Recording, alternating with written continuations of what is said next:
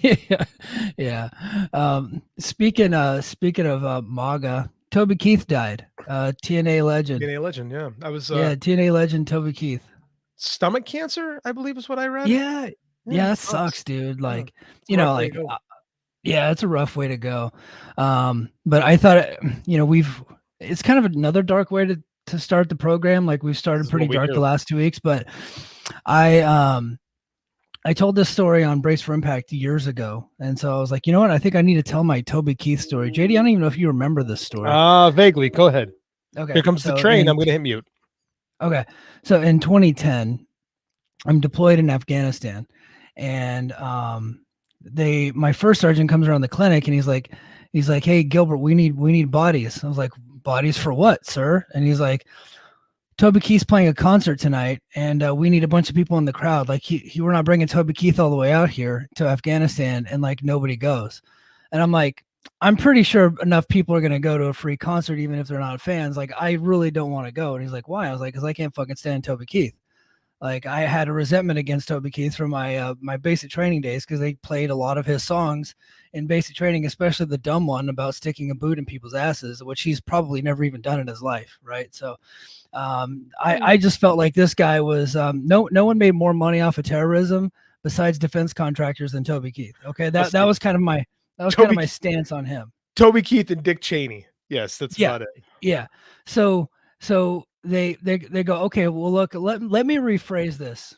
I'm putting your name down and you're going to be there. I was like, all right, which is hilarious because that's kind of what I do now. Like I work as a first sergeant, so it's my job to go get people to do shit that they don't want to do. Like that's my job now. So and I think I've earned that right because I have been the guy that had to do a bunch of shit he didn't want to do.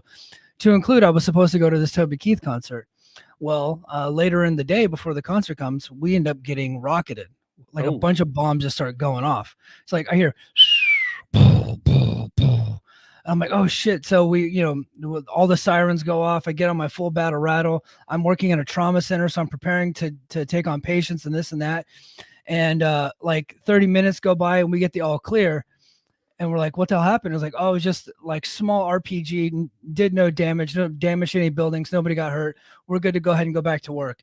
And I'm like, oh, okay. And they go, oh, and Toby Keith canceled this concert. And everybody starts high-fiving like, fuck yeah, we're not going to see it was like the best bombing that we ever had. Like nobody got hurt and no structural damage and nobody had to go see Toby Keith in concert. It was a win.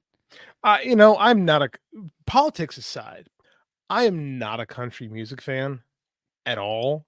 Like I think it's something you have to kind of grow up with. And neither one of my parents were country music fans.